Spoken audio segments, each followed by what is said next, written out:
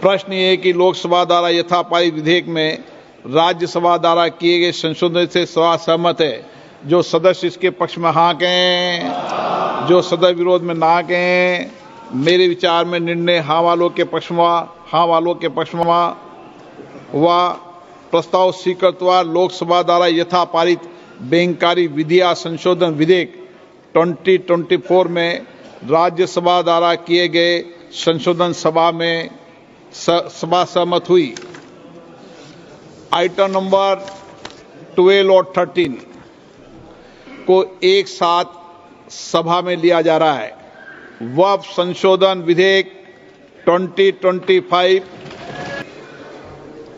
Pursuant with para 5 of the Appendix 1 of Delegation of Financial Power Rules 2024 regarding withdrawal of advance from Contingency Fund of India, I would like to lay a statement on the table of the House that Ministry of Finance dated 15/1/2025 conveyed the sanction of President of India for amount 235 crore 95 lakh and 10,000 on the request made by Department of Telecommunications, Ministry of Communications, and an amount of rupees 141 crore 5 lakh 91,093 was withdrawn from contingency fund during the budget session of Parliament to provide loan to MTNL for servicing of the sovereign guarantee bonds of series 7C, 7D, 8B, 8D and 7E.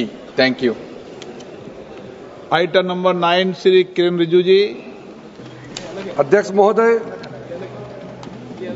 मैं निम्नलिखित प्रस्ताव पेश करता हूं कि यह सभा 1 अप्रैल 2025 को सभा में प्रस्तुत कार्य मंत्रणा समिति के 9वें प्रतिवेदन से सहमत है।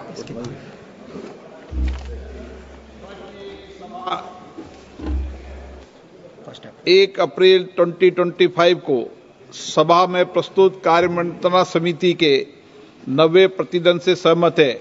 जो सदस्य प्रस्ताव के पक्ष में हाँ कहें, जो सदस्य प्रस्ताव के विरोध में ना कहें। मेरे विचार में निर्णय हाँ वालों के पक्ष में प्रस्ताव अनुमोदित किया जाता है।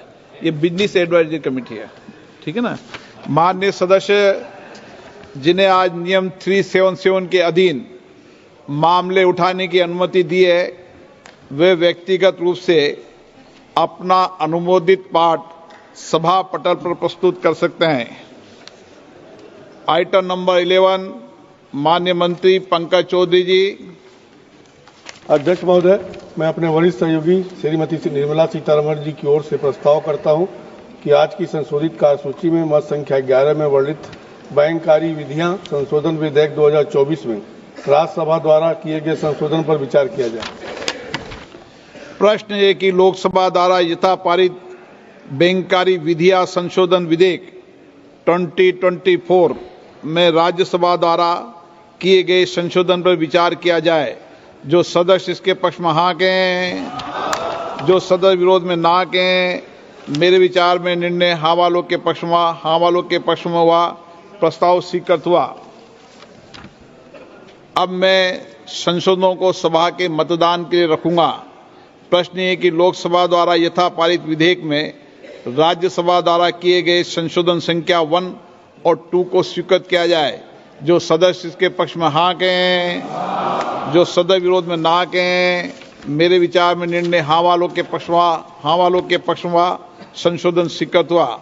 मंत्री जी अब प्रस्ताव करें कि लोकसभा द्वारा यथापारित विधेयक में राज्यसभा द्वारा किए गए संशोधन से सभा सहमत है। महोदय, मैं प्रस्ताव करता हूं कि राज्यसभा द्वारा विधेयक में किए गए संशोधन पर सहमति दी जाए। प्रश्न ये है कि लोकसभा द्वारा यथापारित विधेयक में राज्यसभा द्वारा किए गए संशोधन से सभा सहमत है। जो सदस्य इसके पक्ष में हाँ कहें, जो सदस्य विरोध में ना कहें। मेरे विचार में निर्णय हाँ वालों के पक्ष में व प्रस्ताव स्वीकृत हुआ। लोकसभा द्वारा यथापारित बैंककारी विधियां संशोधन विधेयक 2024 में राज्यसभा द्वारा किए गए संशोधन सभा सहमत हुई। आइटम नंबर 12 और 13 को एक साथ सभा में लिया जा रहा है। वह संशोधन विधेयक 2025 संयुक्त समिति द्वारा यथा प्रतिवेदित और मुसलमान वक्फ निरसन विधेयक 2024 माननीय मंत्री किरण रिजिजू जी।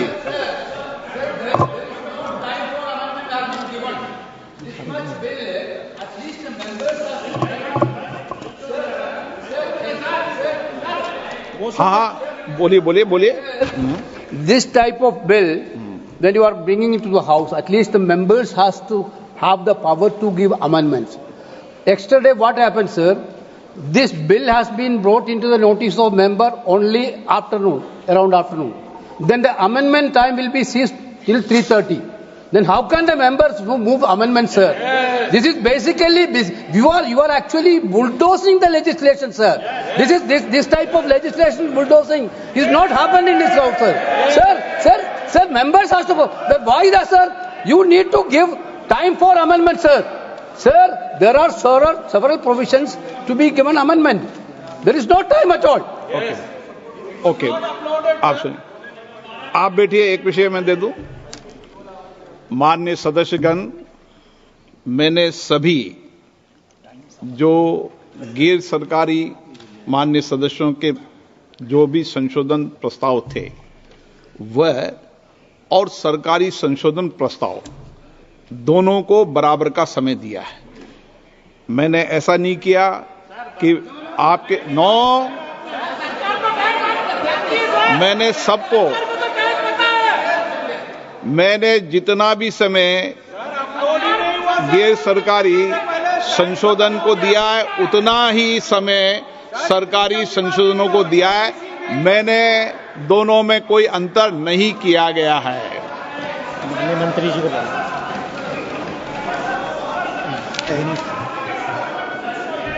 हाँ, एक मिनट एन के प्रेमचंद्र जी, आप बता दीजिए। Sir, my point of order is relating to Rule 80, Clause 1 of the Rules of Procedure and Conduct of Business, and under Rule 376 of the Rules of Procedure, and also colon sector, page 615. Sir, now this House is considering a bill, Waqf Amendment Bill 2024, as reported by the Joint Committee, Parliamentary Joint Committee. We are not discussing the original bill. It is as reported by the Joint Parliamentary Committee. My definite question to the Honorable Speaker, sir, is whether the Joint Parliamentary Committee has the right to incorporate new provisions in the bill. It is beyond the powers and ambit of the Joint Parliamentary Committee. They have incorporated so many new provisions. I have no objection in respect of those provisions.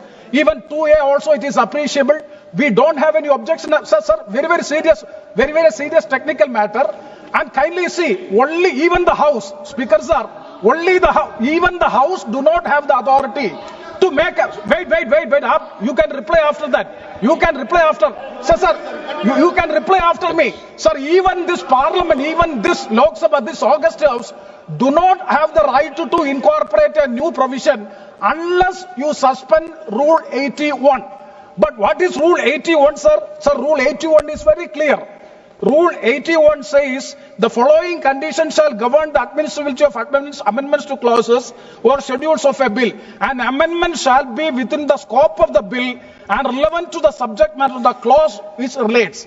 Whether these so many provisions in the new drafted bill, extraneous provisions are also incorporated, that will not come within the purview. That is why I am saying even this House do not have the right to make new provisions unless, let me